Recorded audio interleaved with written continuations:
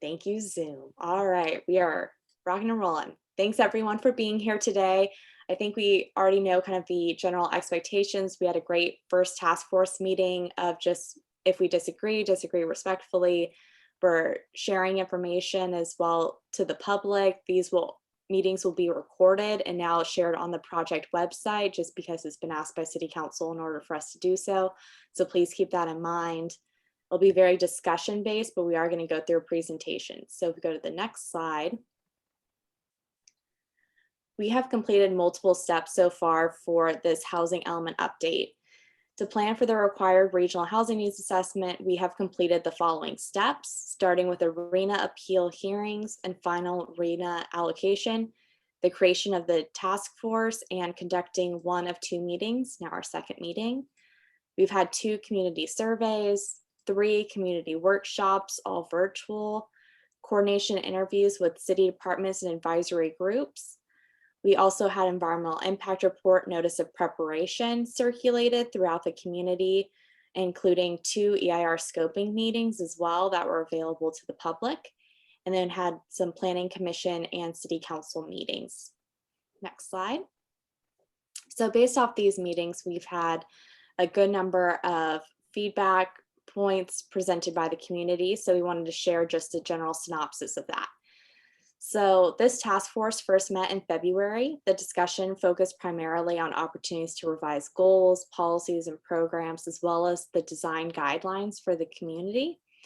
Themes included converting office space to residential, increasing residential density, and multiple strategies for the community, reducing parking requirements, reducing the minimum unit size, the city's role in building affordable housing, trying to make it more active, and implementing a new goal that ties the housing needs to the quality of the environment. We also had a lot of conversation about how best to build new affordable housing, but also maintain all of the rent stabilized units, since that's the bulk of the affordable housing right now in West Hollywood. So if we'll go to the next slide. From our other engagement, we also heard some of these themes repeated. So retaining the rent stabilized units during new construction, preventing displacement, considering infrastructure impacts, and just overall climate change and sustainability, since this is an increase of 3,000 units for residential. There were a couple of concerns about the future resources and infrastructure. Also, an explanation of the needed housing types. So commonly people wanted apartments, entry level or starter homes, micro units, and senior housing. And then once again, there was a little bit of debate on where and how much to increase density in West Hollywood. So as you can see here, there's kind of just general areas of support. We received kind of different information from workshop attendees compared to survey participants. And I see one hand raised. I'm going to get through a little bit more of the engagement and then be able to open up and answer the question. Next slide. And then we also opened it up for just general ideas from the community. Received a lot of comments on just how to improve affordable housing, how to keep building affordable housing, and also how to maintain rent stabilized units. So some of these common themes were to remove in lieu fees for affordable housing units, eliminate single family zoning that had mixed reviews, higher density for commercial properties, changing the floor area ratio and minimum unit size, and then introducing just different incentives, amenities to affordable housing. So if we go to the next slide, I think we go into the housing sites inventory. I do see one hand raised. And so I think we can open it up for Adam to talk for a moment before we go into the sites inventory draft really quick. That's fine. I can actually speak later if you want me to wait till the end of your presentation. And this is great. Thank you so much. Okay, great. Yeah, we have multiple discussion areas. We're trying to get through the engagement and then go into the sites inventory, since that is pretty hefty and we want to make sure that everyone has a chance to discuss the sites inventory. So with that, I will pass it off to Ryan. Thanks, Sarah. Hi, everyone. I'm Ryan. So I'm going to go over the process and some of the preliminary findings that we found for the site inventory. So that's a piece of the housing element that is used to demonstrate the city's ability to meet its regional housing need allocation. There's going to be a lot of information, so feel free to raise your hand if you have any questions or confused by any pieces. Can I ask a question real quick? How do we raise our hands? Can you not raise your hand on this? I don't know. Can you So- just tell me what do I click to raise my hand? Are you on desktop or mobile? Desktop. Okay, do you see a button that says reactions at the bottom? Yes. You click that There and then you it should offer you the ability to raise hand. Perfect. Thank you. You're welcome. Yeah, thank you. They've moved that a couple of times. So the Regional Housing Needs Assessment, or RHNA, it's basically the minimum number of housing units that the city is required to provide suitable sites for, and also to create policies and programs to meet in the housing element. And as many of you may know, the RHNA allocation is distributed by SCAG and the state, and the city received an allocation of about 3,933 units, which, similar to many jurisdictions around California, is a lot higher than the current housing element planning period due to the housing crisis. In addition to the RHNA allocation, there's a required buffer of about 15% that we applied, which is to comply with SB 166, which is a no net loss regulation, which basically ensures that if a site is constructed with units less than anticipated, that there's adequate capacity elsewhere. So this slide just is actually showing the preliminary findings, and I'll go over each of these steps briefly, but essentially we determined that the city can accommodate its RHNA allocation under existing zoning regulations, and no rezoning is necessary for the site inventory. Rezoning could occur for other policies and programs that occur in the housing element, but specifically for the site inventory, it's not required. So as I mentioned, the site inventory is a big component of the housing element used to identify suitable sites to accommodate the city's RHNA allocation. Including sites in the inventory doesn't require them to be redeveloped or built with housing. It simply demonstrates that the city has the capacity. Also, sites that are developed with housing that aren't identified in the site inventory will still count towards the city's RHNA. So if a site is not included in the inventory, is developed, it will still count. And so some of the sites that we looked at to include in the inventory are vacant sites that allow residential development, which are limited in the city, non-vacant sites that allow residential development with capacity for redevelopment or more density, sites owned by the city, and sites, and if needed, sites that would require rezoning. And then also in the site inventory, you have to consider environmental constraints such as flood, fire, landslide risk, and that sort of thing. And then we also looked at development trends and available incentives.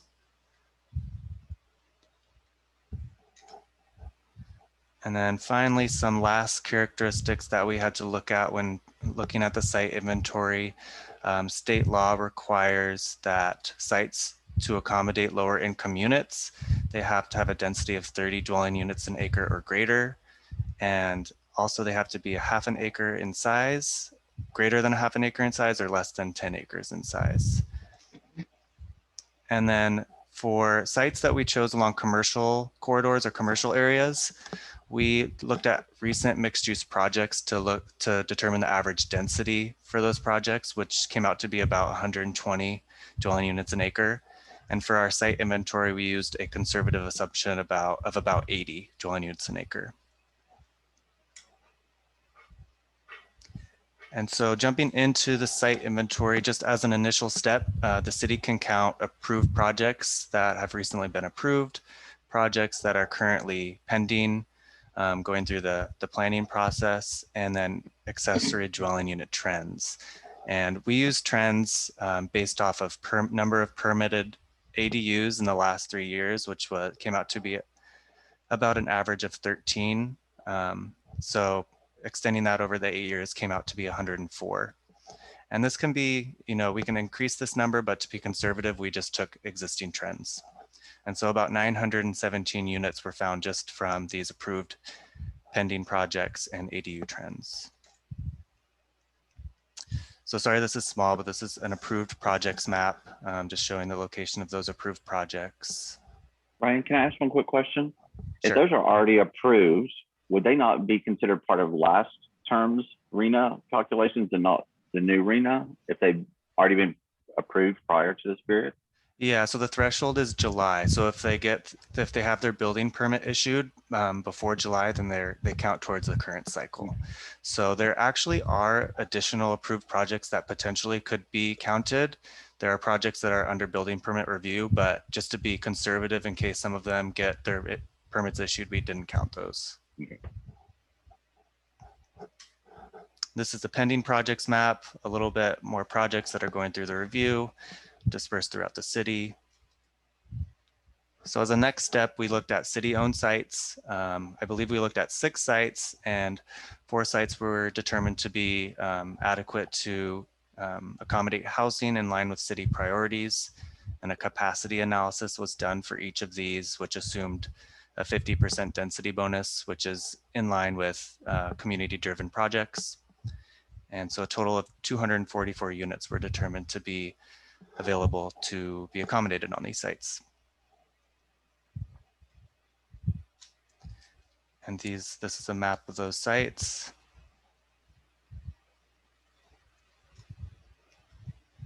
And then the current housing element had a site inventory of itself, which actually only consisted of approved and pending projects. So we went through that list and found sites that were still available to accommodate housing. And there were about 3 that were identified with the potential for housing still, and about 107 units could be accommodated on those sites. So these are the locations of those 3 sites. And then the current housing element also had a list of underutilized and opportunity sites that didn't count towards the current planning period RHNA requirements. And so we did the same process, looked for sites that still had available capacity for housing, and there were 6 sites. And then 3 of these sites to note, just because of their size and prominence in the community, are the Metro Station and LA Sheriff site, the SoCal Gas site, and the Sunset Plaza overflow parking site. So just because of the size of some of these sites, about 1,200 units could be accommodated from these sites. And I'll show a map here. Adam, it looks like you have a question. Yeah, just a quick question. Thank you so much for this presentation, Ryan. I'm curious how many of these is it possible that any of the sites being counted are, for example, existing multifamily structures that would fall under rent stabilization ordinances, but if redeveloped could be a much larger building with more units? Like, are sites like that included in this accounting? We try to avoid sites with existing rent stabilized units and sites with, larger apartment complexes or a large number of housing units, just because of the displacement issue, and also because they wouldn't really have a net increase in housing overall.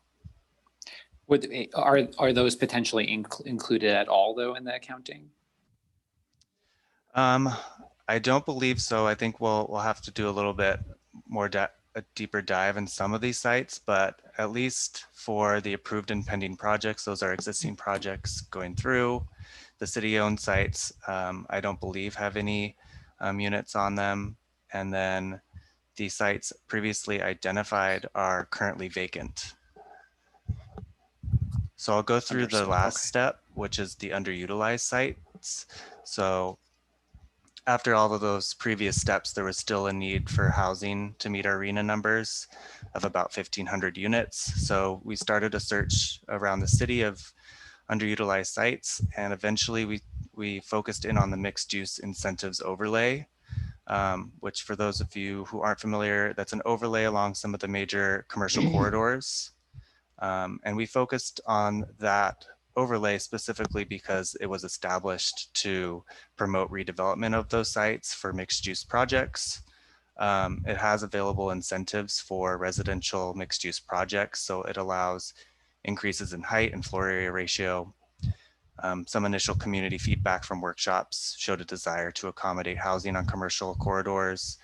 And then there's more lot consolidation trends on these sites than residential areas. So that allows for the ability to meet the lower income requirements from the state.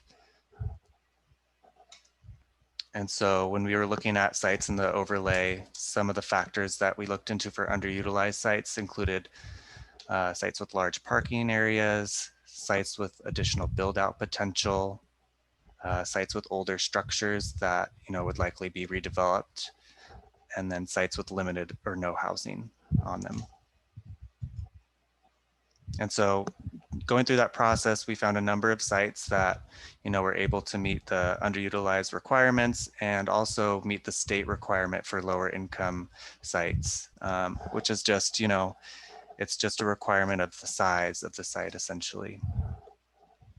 And so we found about sites that were able to accommodate about 1,800 units through that process. And this is a map of those sites. And so essentially they're along the commercial corridors within that overlay district.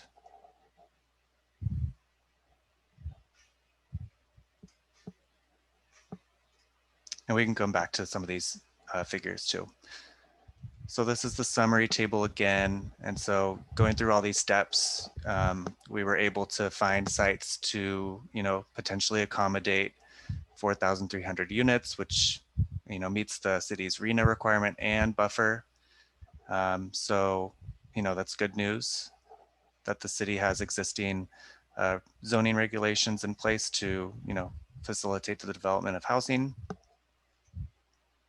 And then, so that concludes my presentation. So these are just some questions that we had to facilitate a discussion, but also happy to answer any questions. Yes, thank you, Ryan. So kind of our first question is just, do you have any suggestions or input on the draft sites inventory? That can include questions as well. I see there's 2 hands raised and a question and then clarification in the chat as well. So I will start with the chat so I can keep monitoring that. So one of the questions was, do we have information from current affordable housing developers as to their issues with developing affordable housing in West Hollywood, whether it be financial or city programs? Yeah, I can take that one. So we've had multiple conversations with folks that are currently doing deals in the city. And land cost is obviously a huge issue on the west side. Our 2 newest projects with EAH Housing, AB 1763 has really allowed them to have much smaller units and go a lot higher and have the densities that allow them to be more competitive for tax credits and other bridge financing. So in those 2 new projects with EAH, we're looking at unit sizes that are potentially down to 350 in one of their projects. And then in their other projects, it's like 400 or 450 square feet. So to kind of touch on what Angie was saying, as a response is, I think state law shifting has also allowed us to have room to shift, but we're continuing to have conversations about what potential policy programs and changes could assist as we're developing the new housing element. But Angie, if you want to jump in too, or if Dawn, if you have more to say there, I'm happy. This is a discussion. So yeah. Please jump in. Oh, thank you. This is Angie. I just wanted to add to that because I've developed over the last several decades many projects in many different cities, and the density is so important. And and I guess I'm talking about a baseline. So the density bonus increases that we get from the state are really great. I sometimes think that cities shouldn't rely on the state to do their zoning. It should be local groups that actually figure out what they want their local communities to look like, that should be providing the proper zoning and not rely on the state. But the city of LA has really great allowable square footages per unit for each parcel, and that becomes a baseline. And then when you get the density bonuses, you go above that. In West Hollywood, it's half of what the city of LA is. So if you go to West Hollywood, you're only allowed, for instance, 10 units on a parcel that you would be allowed 20 units if you were in LA. So when you get the density bonus, you're just at a lower level of density of how many homes you can get on a parcel. So it reduces the flexibility of developers to be able to provide alternative housing models. And what we're seeing is that we have a lack of opportunity to provide these other housing models. And so I don't want to take up too much time, but I think the point is that I believe we need to be more in line with the City of LA's minimum density for homes per parcel to allow more flexibility. Great, thank you, Angie. And then now we'll go on to the hands raised, since it seems like we got clarification on some of the other chats. Adam Kroll, I know that you've had your hand raised for a little while. Oh, just real quick, this might be kind of a moot point, Steph, and I'm sorry, but I know we have to go through this exercise for the state's requirements. I know this is a topic of huge debate, but it feels like we haven't necessarily integrated likelihood to be utilized into this assessment, right? So for example, the utilization of some of those underutilized parcels across those commercial corridors, like, is contingent upon an owner actually selling to a developer to then redevelop that lot, that building, et cetera, which we know also has impacts on like small businesses, that kind of thing as well. So I personally think it's important to continue to look at how are we doing the sort of upzoning as necessary across the city, especially in the areas that are currently single family only, to ensure that we are not reducing or destroying rent stabilized units. And I think the first slide on the engagement portion, I guess I would just like tweak one of the bullets there slightly, because I think our conversation back in January did discuss how upzoning in the single family areas could actually reduce the destruction of rent stabilized units versus lead to that. But anyway, I'm probably just rehashing stuff. And I just want to say a big thank you to all of staff's work here. I know that it takes a ton of work to put this all together. Thank you. Thank you for that feedback. And then I will, since we have multiple people's hands raised and we're going to keep going with this discussion, Barry Talley. Hey, so mine will be quick. They're just confirmations. One of the first bullet points was remove in lieu fees. I just want to kind of understand, are you saying to remove the ability of the developer to not build affordable housing in their development and make sure that the affordable housing is integrated? Yeah, so and again, these are just general feedback. So it's a summary of all the feedback. And so, some folks are in line with, if you take away the option to pay an in lieu fee and instead you mandate on-site affordable, that's one approach. Right, and I'm totally for that. Amen. There are two other quick things. We had talked before, and this is more means and method. I'm not sure if I missed it, but we had talked about opening up development for more in the city to nonprofits. Is that more of a means and method, and we really wouldn't discuss that here? No, I think we can certainly, you're saying create more opportunities for more nonprofit affordable housing developers to come into the city? Is that yeah, because we don't have a really history of, letting them into the city to be part of the development. And so I think one of the things we discussed was allowing more nonprofits to develop in the city, correct? Yeah, so that would be a program idea, and right. And that feedback is received.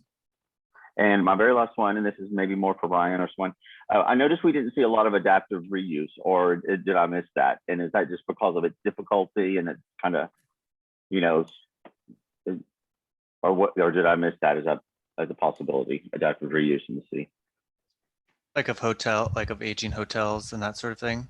That, yeah, and we have some commercial and office buildings that really have just sat vacant for 20 years, like at Fairfax and Santa Monica. And so, it's a big piece of land. It would be nice if we could use it for something.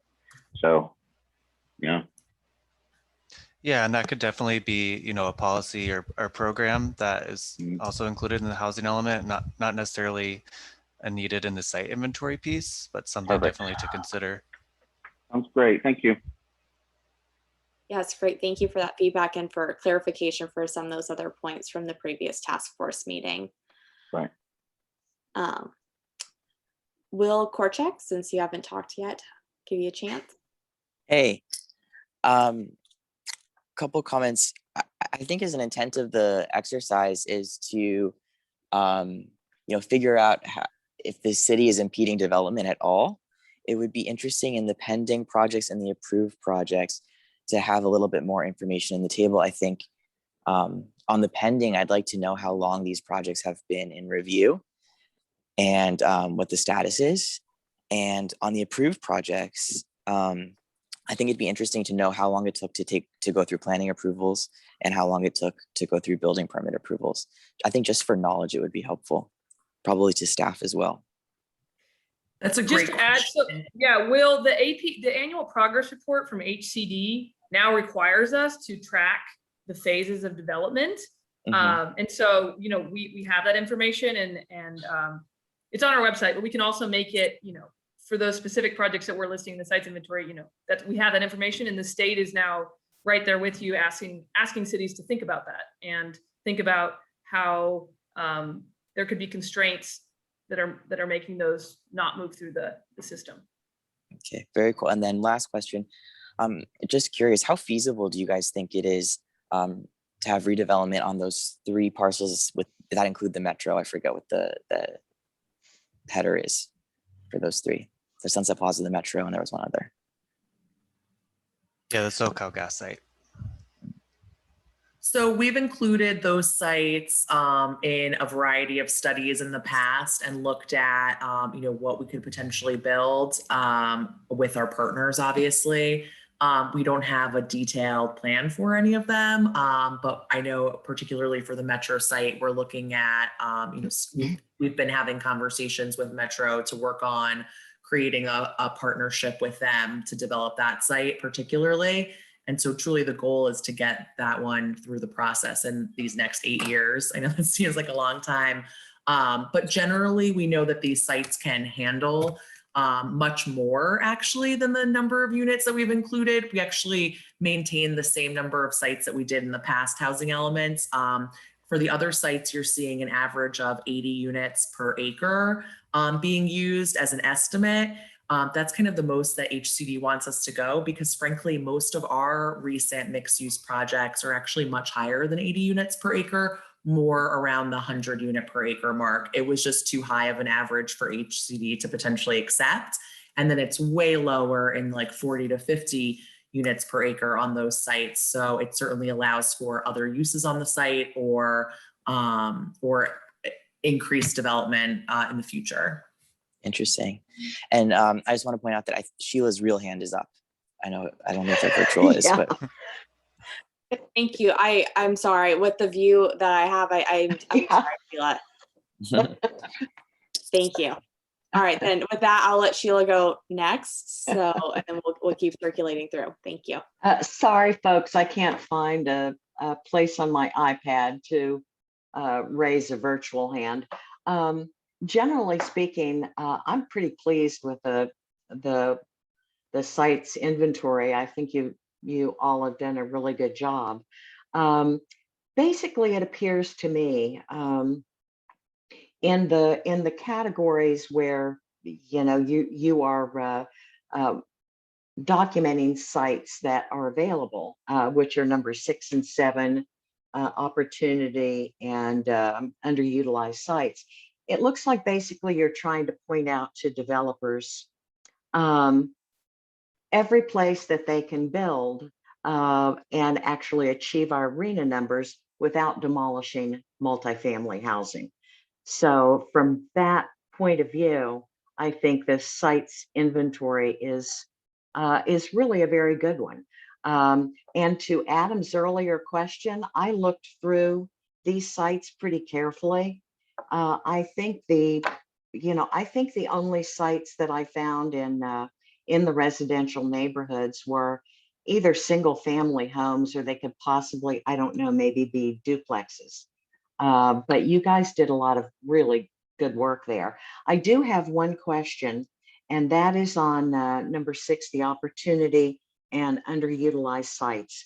For 8800 Santa Monica Boulevard, which is the Metro site, and for 8459 Sunset. I'm just wondering, because you list for the Santa Monica site, net unit net project units, 477. Feasible for lower income units? No.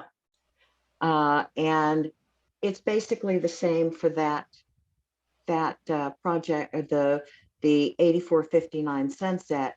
Feasible for lower income units? No. So I just have a question about that. Why? Because of the state size requirements. So I believe some of those sites were actually greater than 10 acres in size. And so obviously affordable units could be developed on those sites, but just the parameters of state law, which seem to be more focused on rural communities and not really, you know, a good rate for West Hollywood, just based off of those parameters. That's why. Okay. All right. Very good. Thank you so much. Great, thank you. And for anyone who has trouble with like the raise hand feature, please feel free to unmute yourself so you'll be able to participate in the discussion. You're not waiting on me to see if your hand's physically raised. So I think that'll help a little bit. And then Mike Manville, if you'd like to speak next. Yeah, thank you. This has been great. It's been really helpful. I just a question similar to one of the ones raised earlier, I guess, just about a lot of our identified potential units come from opportunity sites, underused sites, sites identified last time. It seems like it might be almost half of the units. And so I'm just wondering if there's any probability that's applied to them actually being developed, right? Because if they get what I'm thinking is sort of, you know, we have a situation right now where the median sales price for a home in West Hollywood is well over $1 million. And so if someone's sitting on a site that could be developed and they're not developing it, you know, sort of if not now, when? And should there be some sort of adjustment made to account for the fact that if it's not being developed now, maybe it's just not going to get developed?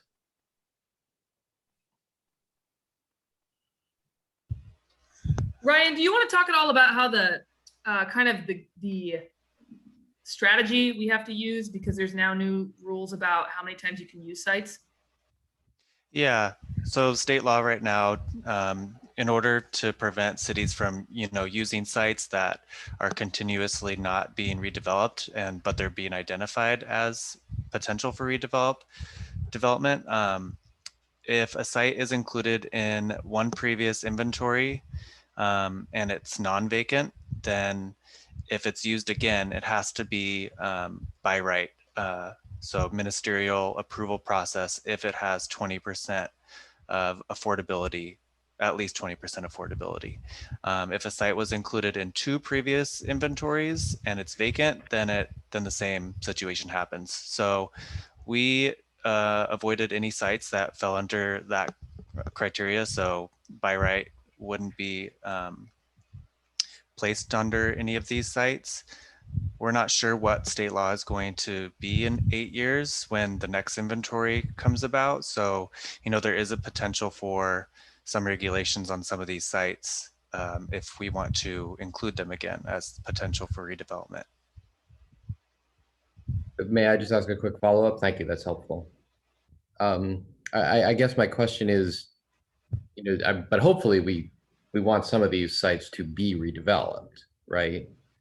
And so, I mean, so that the idea that we're thinking ahead to including some of them in the next cycle suggests that maybe, I don't know, I guess the question is the goal here to just first hit our numbers to satisfy the state and only secondarily to kind of get some housing cranked up? Or I'll jump in here. I mean, I think, you know, generally this piece of it is an exercise to show the capacity, but when it comes to these particular sites, you know, Metro, we're in active talks with Metro on figuring out how we can develop this property. So it is fairly possible that site could be redeveloped in these 8 years. Again, it just takes so much time for that type of partnership and complicated financing and just working out a partnership with them. SoCal Gas, we've talked to them in the past and know that that's an actual possible site that could be redeveloped. They're interested in, potentially doing something with that site. And Sunset Plaza, the owner has actually come and talked to us about potential redevelopment of that site for housing. So, so we anticipate that that is coming in the pipeline in the near future from them.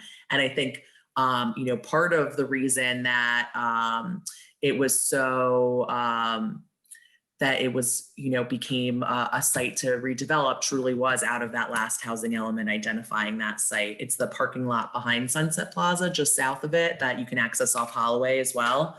That's a fairly large site. And so we've been actively discussing that with the developer as well. And I think what this type of document does is it helps kind of push us to continue those things, but also we want to make sure that we're not identifying sites, particularly in this category, that are just going to sit there. Otherwise, we do have some of these implications. Thank you. Great, thank you. We've had a couple of chats come through. So for having lot line adjustments in small lot subdivisions for larger sites could be a potential option. And then also for recommendations on changing the unit size. So specifically, R4 should be 400 square feet per unit, rather than the 872 square feet per unit. R3 should be 600 square feet per unit. Also allow for like some more of the shared bathroom, shared kitchen areas, kind of the communal living. Having some options for that. Angie, I remember you describing that during the first meeting, that those could be some interesting design options for being able to have smaller units, micro units, but with some shared living components to it. And then also had some agreement on that it's a common strategy on Melrose and a great model for long distance and 30-minute commuting, just cutting down on commuting for workers in the area. So, and Angie, we've also had council members ask us to work on some ZTAs to identify those various housing types and put it in the code so that it's easier to understand and easier to build, because the rules are already in place. Great. Thank you. And there's a couple of hands raised, but it's from people who've, I'm not sure if they're. I think Craig's hand. Craig, I think you're next. Yeah. Thank you very much. I think the site inventory was a really well put together document. It's helpful to see. I'm glad to see that we don't have to change any of the zoning. That's a good sign. I just wanted to reiterate also what Angie was saying earlier, and what you just made a comment about, that having 1,200 or 800 dwelling unit per lot area is very low. And I think in the beginning of the presentation, you highlighted that you looked at the site inventory of an 80 units per acre. I guess that might be just for the commercial sites. I guess that would translate to 544 square foot per dwelling unit. So even 545 is very different than, let's say, 1,200 square feet each per dwelling unit. So I think that would be a tremendous help, even for various developers. We're not, the idea is to get more density, more affordability. I think that certainly helps without changing much. It doesn't, so I think that would be a very helpful maneuver on some of the R4 sites, R3 sites. That's one point there. The other point was, I guess, taking advantage of some of the elements that state law has as it relates to the 100% affordable projects. There's great incentives for 100% affordable projects. What's happening now is other cities are, it looks like they're making some changes to what state law is to also adhere to allow the moderate income as well. Sort of that instead of the 20% maximum, maybe that gets revisited and opened up on a city level to become, let's say, 100% and qualify that as a 100% affordable project, with providing a more moderate income housing, which I think the city very much could use from a sort of that missing middle. That's that point about the state density law there. Yeah, and then I could go on and on, but I think things keep on moving. And then the commercial zones, the mixed use overlay zones. I mean, that's just, I'm sure there was some rhyme and reason behind why certain sites are have that mixed use overlay, but if that could be expanded too, that's another sort of change that could occur to allow more density, sort of more housing on commercial zone sites too. Great, thank you. I think we should use as a good segue to keep going to discuss some of the mixed use overlay, but I will note one of the comments in the chat and then also opening up the floor for more conversation on mixed use overlay. And if you want to catch all for any other comments you had, we can do that as well. So one of the comments is, are we also looking at future mass transit and transit oriented development and where the proposed densification could help inform and take advantage of these possible MTA stations? Yeah, I mean, we are taking that into account. A little bit of the issue is currently there's no clear route of where the metro is going to land. And so also the rail integration project is kind of happening like a year behind us. And so we are communicating with the folks that are doing the rail integration study, and we are, tentatively kind of planning for that. But we can't exactly plan for it just because we don't know where the three different options are significantly, different. But we are keeping that in mind. Great, thank you. And there's a comment about the RHNA being seeing it more as a process of it's a floor, not a ceiling. It's more of a minimum requirement than a maximum requirement. And so thank you for that feedback about higher density for city-owned properties. And then also just ideas for being able to allow for more nonprofits to be involved in the process. We have that noted, thank you. And then there is a question of are we going to discuss WeHo is doing regarding AFFH? Great question. Yes, we are. We're going to keep going through of wanting to discuss the sites inventory because that is such a meaty component, and being able to discuss mixed use overlay, and then we'll move to AFFH. So we have a lot going through today. So I will follow up with that comment in just a little bit, but just to move on to more of the mixed use overlay, do you see opportunities that the overlay can be expanded? Do you have recommendations to incentivize protecting these businesses while developing mixed use projects? We've seen on this that mixed use can be a huge opportunity for future housing. So if you have any recommendations or questions or suggestions more related to mixed use, please raise your hand. I see there's a couple people's hands raised now. So I'll let Adam start first.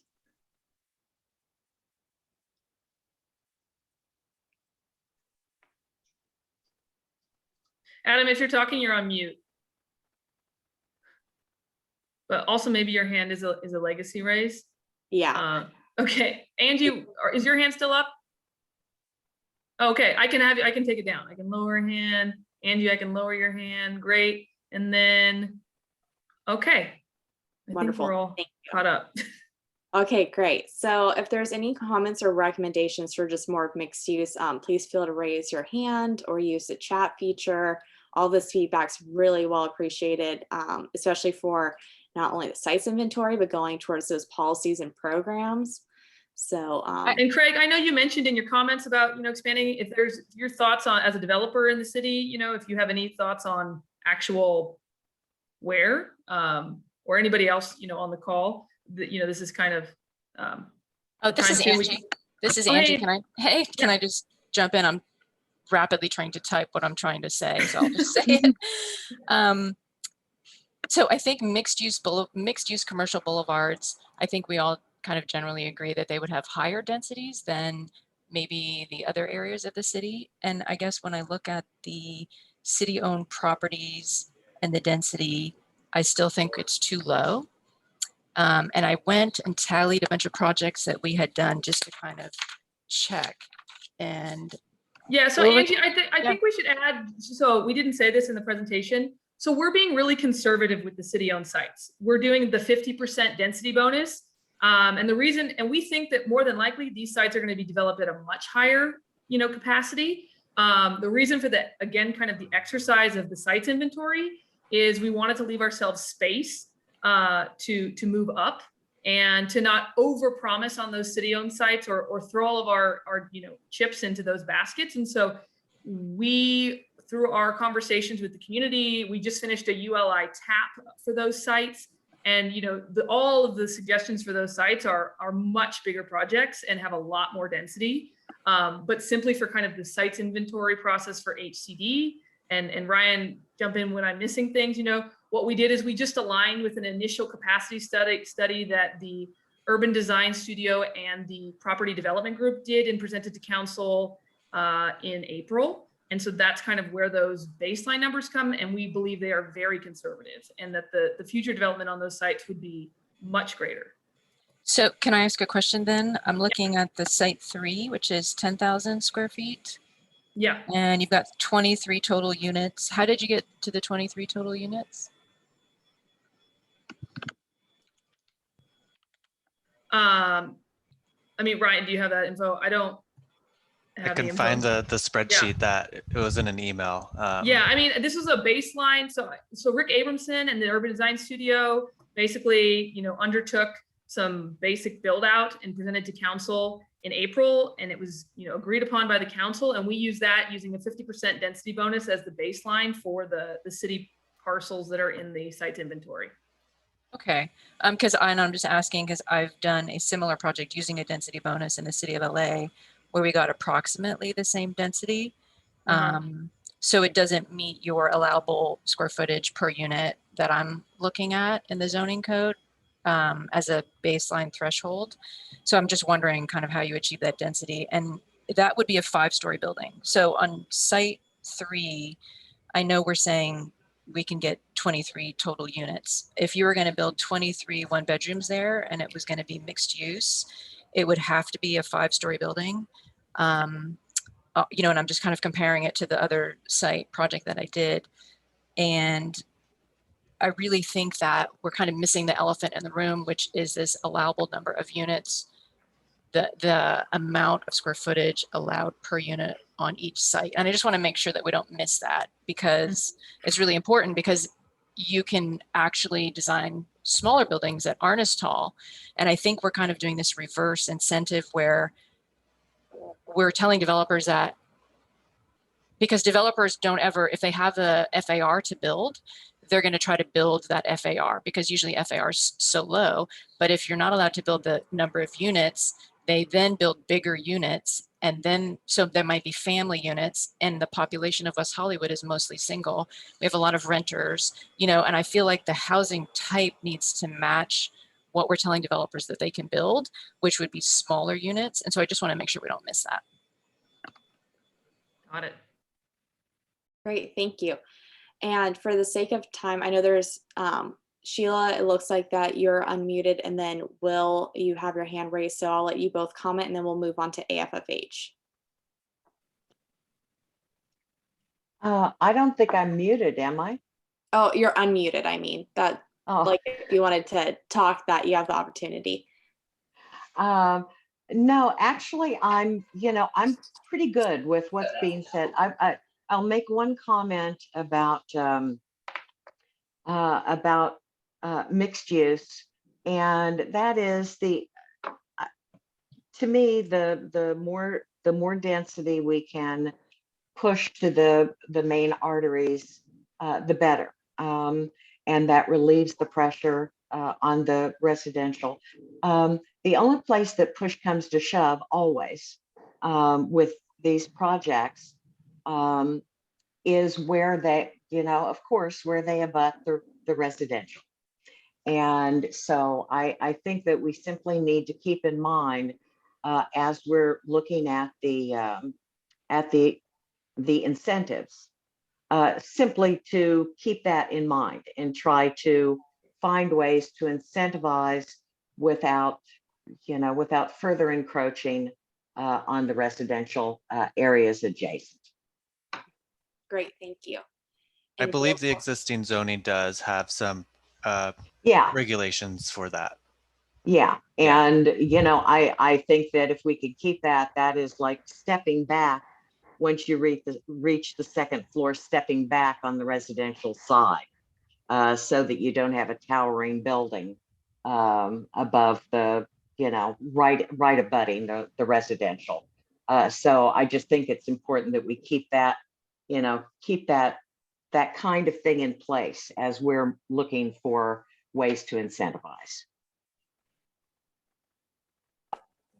And I just wanted to say, I know that we've realized that we don't have to change the zoning code in order to get to get these numbers, but it would still be interesting to know if the city is looking to change any elements of the zoning code in order to further increase housing goals, and then also to achieve any of their other goals, like improving open space and such, including if they're proposing to expand mixed use overlay zones.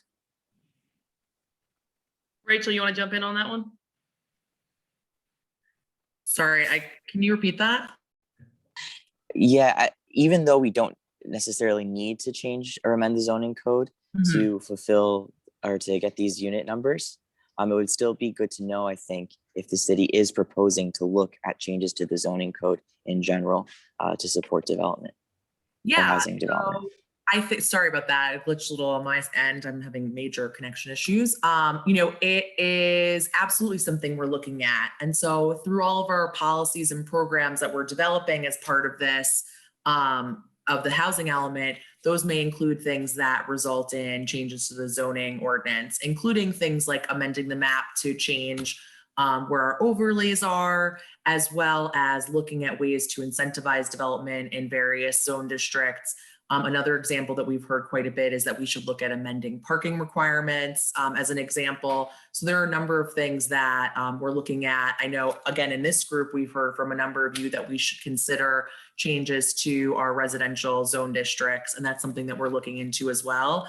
But ultimately, regardless of what's in this site's inventory, we can translate some of these things into those programs that, again, will result in changes to the ordinance itself. We anticipate those changes will probably happen starting immediately after the adoption of the housing element itself, so that we can adopt a plan, create a timeline for all these programs and policies, and then immediately start moving forward with analysis and proposing changes. Okay, got it. Thank you. Sarah, I was just going to say, for the sake of time, let's maybe move to our next chunk. Yep, I agree. All right. Great. So thank you everyone for your comments and questions. We appreciate it. We're going to move on to the next slide. Veronica, if you're ready to present, or if you need me to cover you, let me know. Yeah, I'm here. Wonderful. Thank you. Great. So with the changes in state law, one of the most significant pieces of legislation that impacts how the housing element is done is the Affirmatively Furthering Fair Housing piece, AB 686. That originally came from a federal requirement, but the state of California kind of adopts that requirement into the housing element law. So overall, this housing element, we were certainly looking at it through the lens of equity, equal access to opportunities and resources. The AFFH requirement looks to combat housing discrimination, eliminate racial bias, and also kind of undo historical patterns of racial segregation, and also not just racial, but also concentration of maybe low-income households. And some of the lifting barriers to accessing resources in the community. So the housing element has a whole AFFH kind of discussions that's added to it, that's new to the housing element. So ultimately, the goal is to, through meaningful actions, that you foster an inclusive community, and that you will bridge some of the disparities in terms of access to resources and opportunities in your community. Next slide. So I kind of moved ahead about this one. In the AFFH, it really started from the federal requirements of the federal the Fair Housing Act. In 2016, the federal government adopted the AFFH rule, which in 2017, the housing element actually adopted AB 686 and say that we are going to also adopt by reference this federal rule in our housing element, and jurisdictions are now subject to including this AFFH analysis, this whole concept of disparities and equal access to opportunities in the housing element. And in implementing that, unfortunately, what happened is that right after the state adopted the AFFH rule by reference into our housing element law, the federal government suspended the AFFH requirement and then ultimately repealed that requirement. State HCD came back and says, regardless of what the federal government does, we are still moving forward with the AFFH requirement in the housing element, which created some complications because original ideas to rely on a lot of the data and resources that was provided by the federal government through the requirement, but that became that whole information and data has been pulled from the federal government. So HCD having to actually generate data and resources to help local jurisdictions do the analysis. And because of that, they only released the guidance on this piece of law on April 27 this year. They were supposed to have done that by last July, but the delay has caused a lot of issue on us. But generally, the analysis we have to do, and I'll walk you through that based on the guidance. What we definitely want to hear from the members are there specific neighborhoods that you feel have issues? And then what do you think would be the meaningful actions that the city of West Hollywood could undertake in order to foster inclusive communities? Next slide. So in the AFFH analysis, there are 5 different categories of analysis that we have to do. One, fair housing enforcement and outreach. What can the city do? What is the city doing right now? The city is part of the urban county program under the Los Angeles County, and your fair housing services right now is fair housing services provided right now through a contract that the County of LA has with the Housing Rights Center, and it provides it to the majority of LA County, but not every jurisdiction of LA County, but at least 48 cities in the county, and you're one of them. So you do have access to fair housing resources. So in looking at that, is what's happening with the city? What are the statistics, and how can the city foster fair housing outreach and expand fair housing outreach and enforcement? And certainly the city of West Hollywood is being very proactive in that. The other analysis is integration and segregation patterns and trends. So that's where we looked at not only race and ethnicity, but also low income families, concentration of families, concentration of substandard housing, well, actually substandard is in another category, concentration of persons with disabilities. So these are the categories that we have to look at. Can we go back to the, oh, well, actually, yeah. So I've gone through the first slide, so let's do the second slide, integration and segregation patterns, race, ethnicity, income, and familial status, like families with children, that kind of concentration we have to look at in the housing element. Next slide. Racial and ethnically concentrated areas of poverty. I'm not entirely certain yet whether the city has officially anything that's considered recap, but I think we talked a little bit legally as defined by HUD and in the system, no, but you do have certain pockets of areas that may have concentrations locally, but that's areas that there's a legal definition under HUD and that the state adopted. So we have to look at, what can you do to improve that neighborhood, and what can you do to diverse the population and promote mobility within the neighborhood community. So next slide. The fourth category is disparities in access to opportunities. And this is almost looking at the TCAC, the California Tax Credit Allocation Committee has come up with an index score that based on education, employment, transportation, healthy environment, and also actually racial and ethnically concentrated of areas of poverty, and come up with whether the jurisdiction is considered a high resource, or census tract is considered a high resource, low resource, or moderate resource, or really like severe concentration and segregation.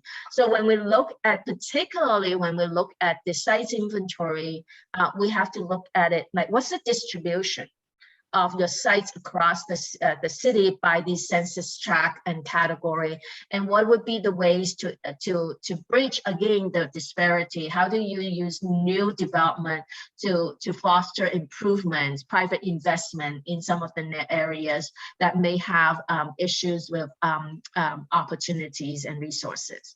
Next slide. And the last category is disproportionate housing needs, and that includes displacement. We have to look at cost burden, whether, and again, like locally, what is the geographic distribution or concentration of areas with cost burden, overcrowding, risk of displacement, and then again, develop meaningful actions to address that, and utilize also, part of the sites inventory, like new development opportunities. How do you combine with meaningful actions would foster inclusive communities? Next slide. So, that's a very extensive additional analysis that's required for the housing element. So what we wanted to kind of get your input on with the limited time we have remaining. So definitely, like, what would be the best approach to eliminate racial bias, and in the context of West Hollywood? What are the barriers that need to be addressed? What are the meaningful actions that the city can take? And meaningful actions means that, like, not just doing things as usual, because if you're doing things as usual, status quo, you're not actively pursuing actions that would equalize or bridge the disparities. You're not doing something above and beyond. So a lot of the meaningful actions that we're asking you to think about also should have a neighborhood or geographic focus to it. So in this particular neighborhood, these are the issues, maybe that's what we should do. And so I think that's where we definitely would lean on you, because you know the community a lot better than we do. In reality, what's on the ground, what are people experiencing? So we wanted to get your input on definitely on the meaningful actions, and particularly with a neighborhood kind of lens to it. Great, thank you. And Don Williams, I see you've provided a couple of comments, and I would love to give you the opportunity to speak if you feel comfortable. Have really great insights if you would be able to share, please. Yes, thank you. I thought about this question a lot, and I thank Veronica for using the word meaningful, because at the end of the day, we're looking for actionable steps as opposed to just discussion. And so that's going to include something very important. Number one, West Hollywood is very white. It's diverse, but I rarely see Black people. You see them along the Melrose corridor, but that's it. And so I am one of very few, a handful. I'm one of 2 Black people in my own apartment building. I'm one of, I believe I've now counted 4 on my street, which to you may be amazing, but to me, it's very restrictive. So I just want to say that statement, which is, I don't see a lot of Black people, but in order to get Black people here, they have to be working here. They have to be in jobs here, and they have to have an income that is commensurate with the apartment prices, which are $2,000 on average if you do the rule of 4. So we're talking jobs of $80,000 to $100,000 a year, right? So how many Black people work in your companies, in your friends' companies, making $100,000 a year that can live in West Hollywood? That's the real meaningful action step we've got to get to. And to get there, right? Because again, that's the goal, but it's not A to Z, or it's not A to B, it's A to Z.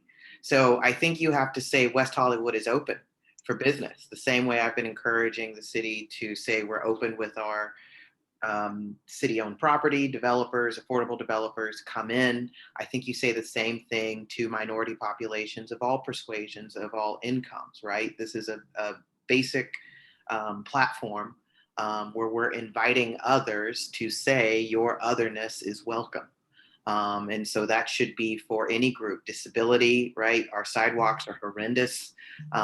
They're not straight and even unless you have one of those great mobile multi-terrain wheelchairs. I feel sometimes for our disabled population. So that's why I wanted to make sure my comments were something that could be inserted with any disability group or any minority group or majority group that you want to call it. But the city needs to lead in the process, right? So I want to see more monthly fairs, right? I want to see more of this type of interaction. We're going to be opening up soon. Let's use our public spaces. Let's use these community gardens, right? Bring the people to the spaces we want to develop and use your large parking lots to put on fairs and speakers and just community monthly meetings.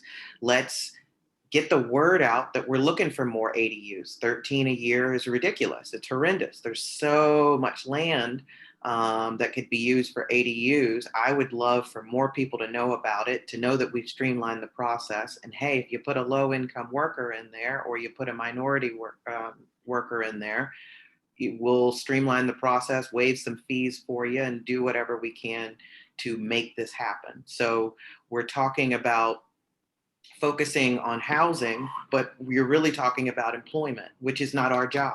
You're not here to get people jobs, but you've got to understand there is no separation between all of these factors, social, economic, and housing. I'll keep my comments short for time. So that's what I wanted to say. Thank you. Wonderful. Thank you so much for your comments. Really appreciate for especially just thinking beyond just housing and especially for opportunities for programs and the policies and being able to have more of that engagement and outreach, since that's very tied into those categories of analysis and more of the day-to-day, not just the data-driven analysis we're asked to do. I also want to give Chelsea Byers a chance to comment since she had the first chat comment about AFFH, and also saying that it sounds like other cities in Southern California have not done enough to meet these requirements. Is West Hollywood on track? So great observation, and Veronica can speak to this as well, but we only recently received the AFFH guidance from HCD. It was in late April that we received it. And so there are areas of San Diego that are trying to catch up, and then also for more of the SCAG area trying to now implement this meaningful engagement through this process. So this is why we're having this conversation today, and also because there will be opportunities to have the public and the community review the housing element that includes AFFH sections in the housing element that will also be part of the process for gaining information. But Chelsea, if you have any questions or comments, would love to hear from you. Thank you. Yeah, I'm concerned really gravely about the AFFH requirements, and just see how it's sort of losing cities' abilities to, be their own stewards of this type of policy, and that HCD is decertifying these housing elements and coming down really hard on cities who aren't taking this seriously. And for me, the point of this really feels like reckoning with the single family R1 zoning, and that we have a Biden administration now saying that we have to contend and remove and undo single family zoning. This doesn't mean demolish every single family home that exists, but it truly means reckoning with what is economically prohibitive zoning in our cities, and that is the foremost barrier to accessing our cities that remains. And it's not just the HCD that's pushing this. It's not just the Biden administration. The United Nations Environmental Program is saying that we have to expand R1 zoning. And I'm just so deeply afraid that like we are going to not do this in this moment, and we're going to allow our city to move forward in the next decade because we are too afraid to actually contend with what that means with the few and handful of homeowners who live within those single family home neighborhoods and are unwilling to grapple with what that actually means. And I just want to say that really explicitly and plainly, because I feel like we keep avoiding this in really square ways in community conversations. I know it's a challenging piece of information for staff, but we're just like so in this crosshairs of all of these bigger administrative spaces saying that if we can't figure this out at the local level, then they're going to figure it out for us. And that is what's going to remove our ability to continue to, assert what a city like West Hollywood should look like through the eyes of locals. But it's just grappling with the fact that we have to remove R1 in order to keep control of our city in the way that we want to maintain that. Otherwise, somebody else will do it for us. So I just wanted to name that really explicitly. It doesn't feel good to say it because I know it's one of the harder policies to grapple with, but that's all. Thank you. Yes, great. Thank you. And I know that we're getting close to time. Angie, I saw that you've had a couple of comments and you have your hand raised. If you want to give a quick comment, otherwise we do have all of your chats saved and definitely noting them all. Thank you everyone for your comments. I'll give one last chance for, if you raise your hand now, to be able to talk. And then we'll be able to just do our last next steps, final directions. So thank you everyone for your time. Sorry, Angie, did you want any final comments? Sorry, we were. Yeah, go ahead. if I could, I'm gonna be writing in the chat a little bit more, but I just want to agree with kind of what everyone's been saying. And I just want to let you guys know that I'm here to kind of help too, because I get the sense that even in my community in Venice and all over LA, everyone really wants to give more opportunity to nonprofits. They want to provide good density. They want to do what's right, but it's hard to understand how to get there. And I feel like if we show people what that means and what that looks like, I think we can get there. And so we've done projects that vary from densities of 13 homes per acre to 540 homes per acre. And I've never done a high-rise building. And these are all buildings that vary from two and 3 stories to 6 stories. Nothing above 6 stories. So when we talk about density, a lot of people think density is a bad word, and I really think that we can get there. And I'm on this group, not because I think you guys are just going to say, we have enough housing and wipe our hands of it. I'm kind of involved in this group because I really want to make change for the future and not just say, here's a couple sites that maybe can be developed. I really think that it's an opportunity to do something really great and to be an example for other parts of the city. Great, thank you.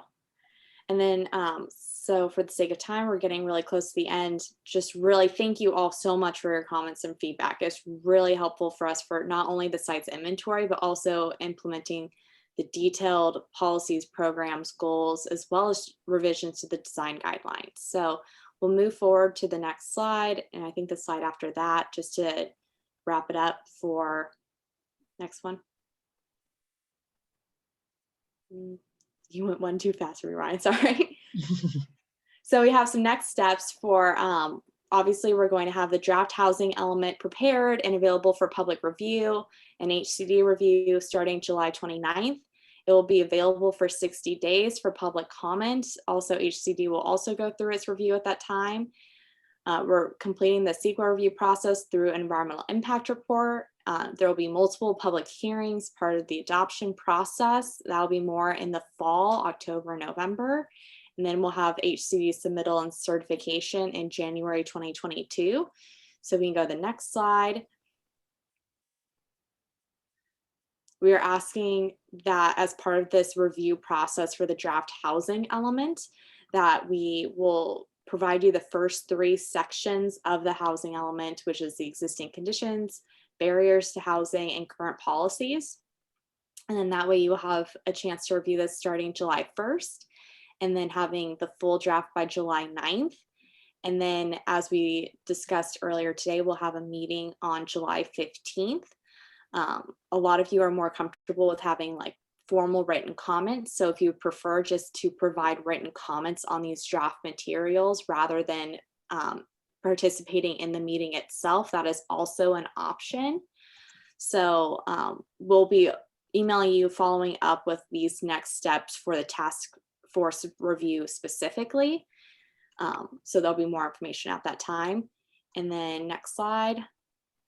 This is some information for just public comments. So please let people know that the draft will be available on the project website. It will be starting July 29th. And these are the ways to be able to comment. I am providing the link to the website as well as the mailing information in this chat. So if you want to save the chat, you have an opportunity to do so now. And then otherwise, next slide. Please always go to our website. We have a lot of information on there, especially for keeping up to date on the draft housing element. Just please let everyone know in the community of West Hollywood, we really want to receive community feedback through this process. And then finally, any questions or comments? I know we're getting close to the time, but thank you again for your participation and feedback. Your expertise is really essential for us to be able to move forward with this draft housing element. Thanks so much, everyone, for your participation again. And we'll Great. see. And you'll be hearing from us, July 1st with a bunch of the first documents and then the 9th. So we appreciate as much or as little time as you can give. I know some of you have been very active, been great. And some of you have very demanding jobs and you haven't had the capacity, but you've come to these meetings and it's been great to discuss with you. So we really want to be able to take what we can. We'll take as much of your time as you'll give us. So we appreciate it. And until July, thank you. Great. Thank you, everyone. Have a nice day. Thank you. Thanks everybody.